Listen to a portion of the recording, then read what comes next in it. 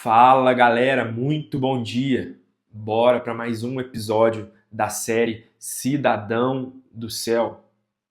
Aqui quem fala com vocês é Pedro Trindade, o criador desse quadro. E o convite aqui para vocês e o motivo do nome desse quadro é nós entendermos um pouco de quem são esses cidadãos do céu. Aqueles que fazem, assim como Paulo disse na carta à igreja de Colosso, capítulo 3, versículo 2, mantém os seus pensamentos nas coisas do alto e não nas coisas terrenas. Amém? Vamos para o episódio de hoje e o tema é sobre a importância. Para você escutar a voz de Deus, você vai precisar calar todas. Vou repetir, não é calar uma ou duas ou três vozes, não. Você vai precisar calar todas as vozes, todos os ruídos, para escutar somente a voz do seu Pai. E o texto que eu gostaria de trazer para nós meditarmos junto hoje, eu já convido você a abrir a sua Bíblia aí no Evangelho de Jesus, segundo escreveu Mateus, capítulo 9, do versículo 23 ao 26, tá certo? Aqui a minha Bíblia é uma NVI, mas você fica à vontade aí para acompanhar na versão que for do seu agrado. Amém? Você que já achou, acompanha a leitura aqui comigo, olha o que vai dizer no versículo 23. Quando ele chegou à casa do dirigente da sinagoga e viu os flautistas e as multidões agitada, disse: saiam, a menina não está morta, mas dorme. Todos começaram a rir dele. Depois que a multidão se afastou, ele entrou e tomou a menina pela mão, e ela se levantou. A notícia deste acontecimento espalhou-se por toda aquela região. O que a gente precisa de entender aqui, antes da gente falar de forma mais específica sobre as vozes, o contexto que está sendo escrita essa mensagem. Se nós voltarmos um pouco mais, aqui no versículo 18, brevemente, nós vamos ver que está escrito aqui que um dos dirigentes da sinagoga se ajoelha diante de Jesus e fala: minha filha acabou de morrer. E diz com fé: vem, impõe tua mão sobre ela e ela viverá. Ele disse isso para Jesus. E Jesus vai em direção a essa moça. No caminho aqui nós temos o milagre da mulher do fluxo de sangue, mas hoje nós não vamos focar nele. Olha isso aqui. Ele chegou à casa do dirigente da sinagoga e viu os flautistas e a multidão agitada. Como assim, né?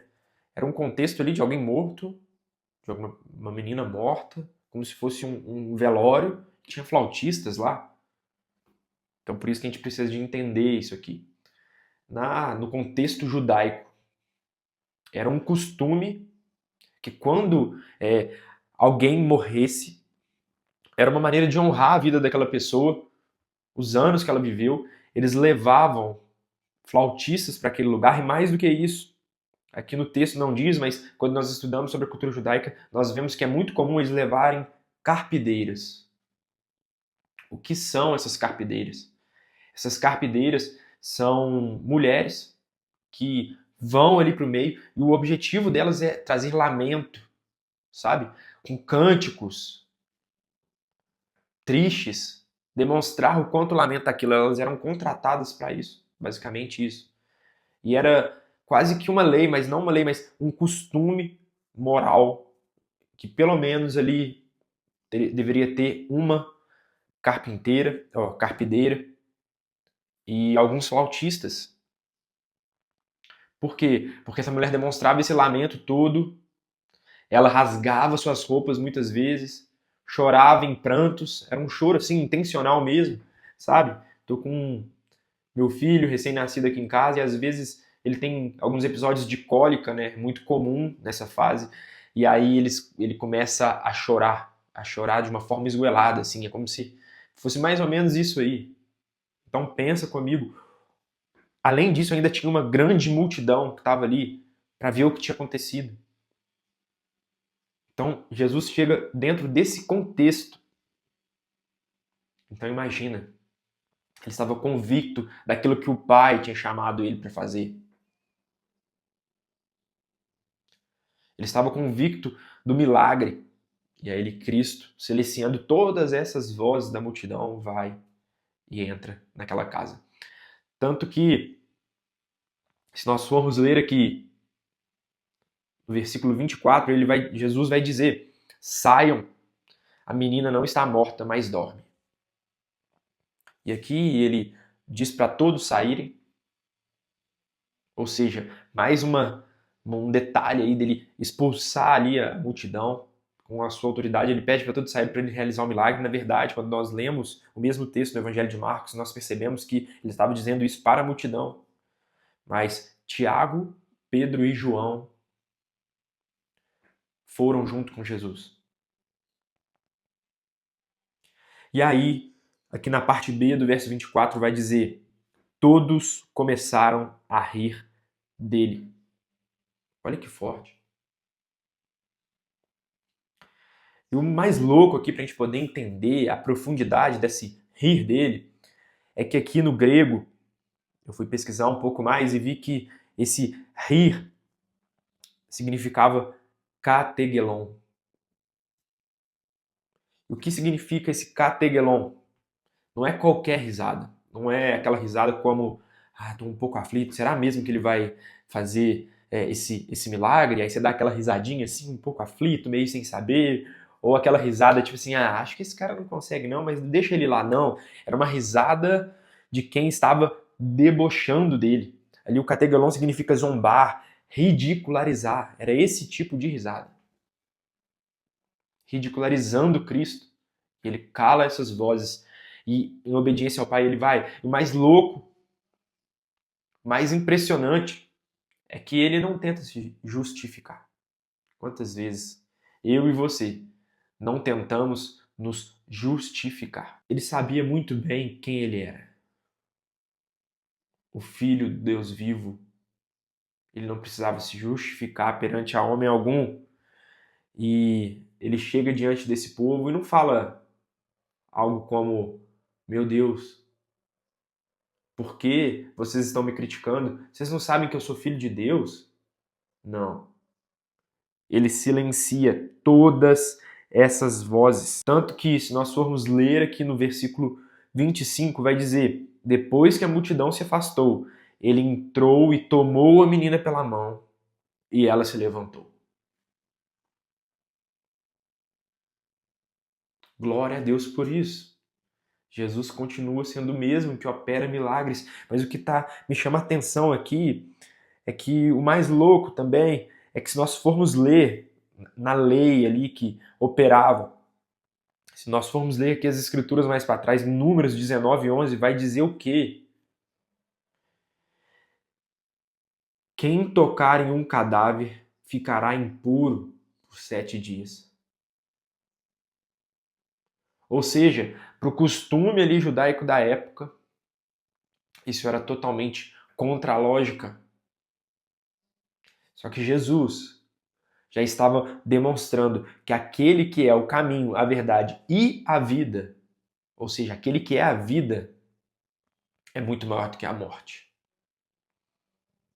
Ele já estava revelando o seu caráter.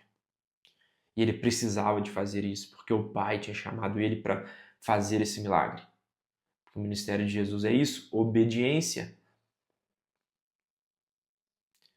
Olha que forte. E o que eu fico pensando, não está aqui na palavra, mas eu fico imaginando. Quando nós vemos ali um pouco da característica de Pedro, era um dos que estavam ali junto de Jesus no momento desse milagre, talvez ele tenha dito: mestre, Rabi, você não sabe que quem toca em mortos, em cadáveres, fica impuro? Talvez Pedro tenha dito isso, não sei. Tanto que, se nós formos ver, quando Simão diz ali, né, agora Pedro, antes Simão, Jesus pergunta para ele: quem dizem que eu sou? Aí eles respondem: alguns dizem que é Elias, outros dizem que é outro profeta. E Pedro diz: tu és o Cristo, filho do Deus vivo. Mas, se nós formos ler nos próximos capítulos, Jesus anuncia que ele deveria ser morto e ressurreto. E aí Pedro quer tentar impedir ele de fazer isso. Sabe? Era um pouco da personalidade de Pedro, um pouco impulsivo, falava o que dava na cabeça. E ali o apóstolo Pedro fala isso para Jesus, e Jesus fala para ele: aparta-se de mim, Satanás. Porque eu estou contando essa história. Nessa situação talvez tenha sido a mesma coisa. Jesus, ele nos ensina que às vezes para obedecer o Pai, você vai ter que calar as vozes das pessoas mais íntimas de você também. Porque aqui no primeiro contexto, ele teve que calar o quê? As vozes dos flautistas, da multidão. Mas depois, o que nós vemos? Jesus teve que, talvez tenha tido que calar o quê? A voz de alguém que era íntimo dele, que convivia diariamente com ele. Assim também é na minha e na sua vida. Assim também é, querido. Na minha vida e na sua vida. Tenha isso em mente. Tem pessoas que você ama, que você convive. Não é um convite aqui a você não dar ouvido mais a ninguém, não ter um coração ensinável, aceitar ser corrigido, não. O sábio, ele aceita a correção, não é isso que eu estou dizendo, mas estou dizendo que às vezes para fazer aquilo que Deus está te chamando para fazer, você vai ter que calar todas, não só uma, não duas, todas as vozes, inclusive das pessoas mais próximas de você. Olha a dimensão disso.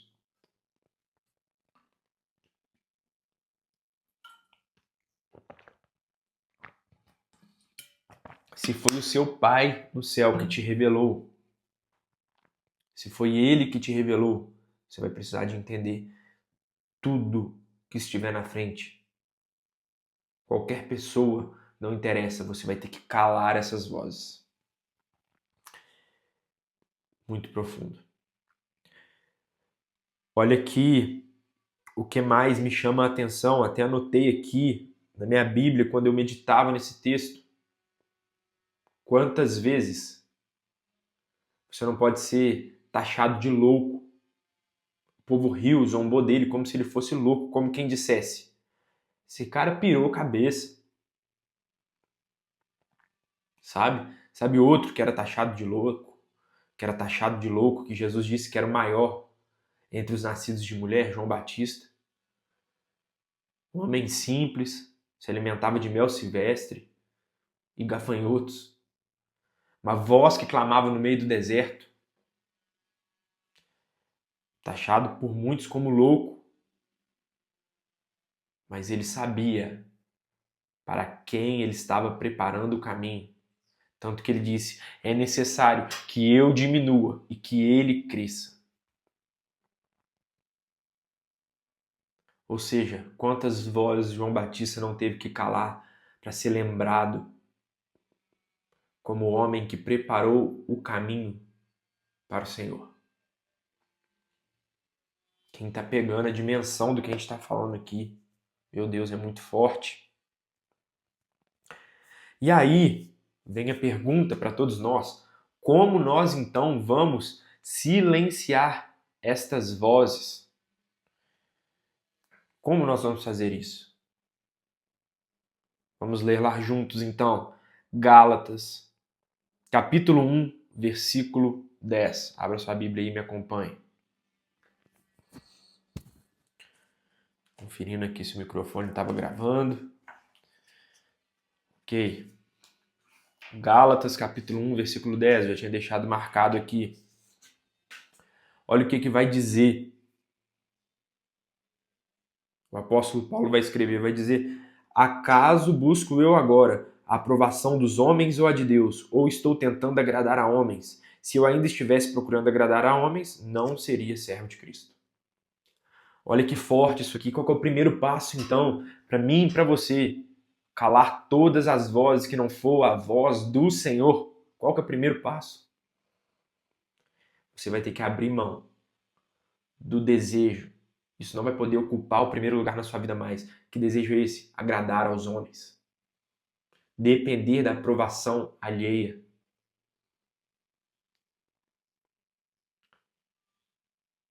Não é um convite para você escandalizar, fazer o que dá na sua telha. Não, entenda aqui o contexto que eu estou te dizendo.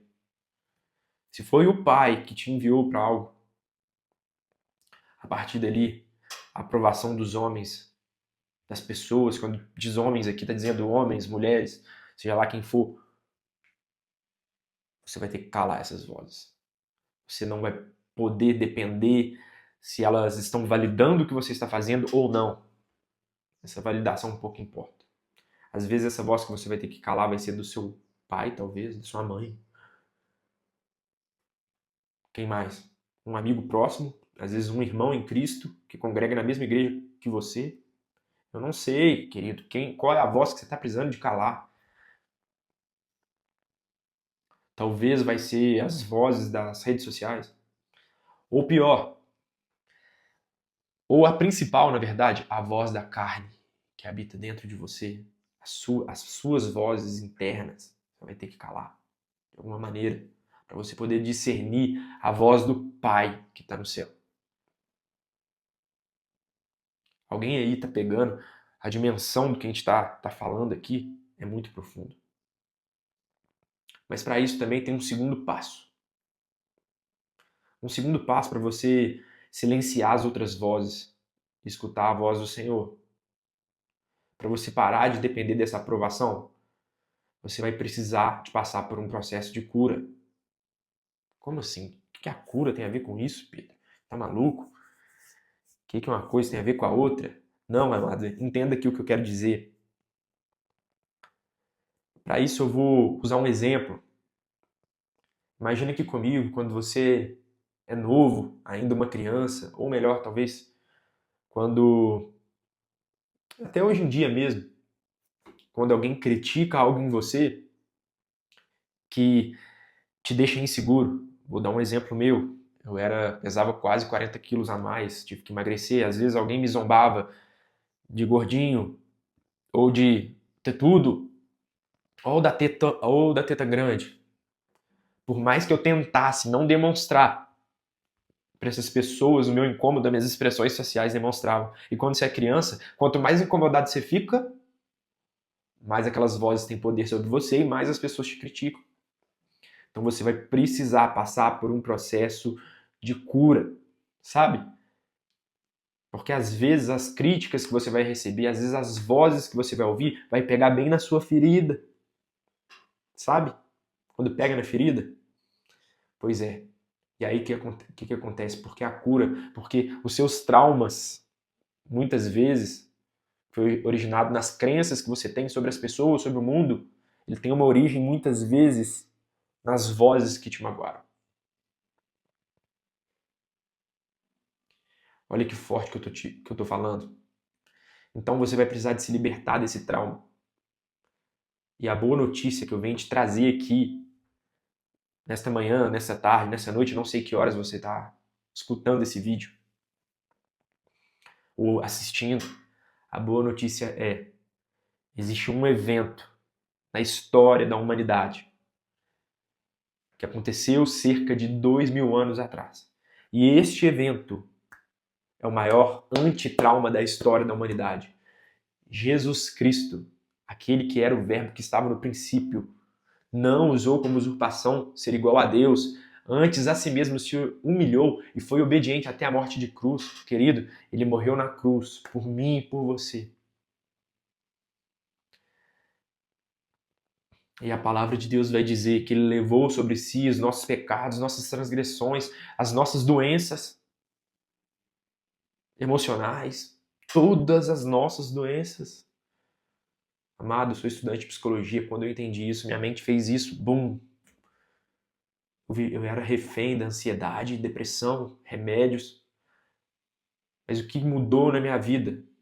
Comecei a buscar mais intimidade com esse Deus.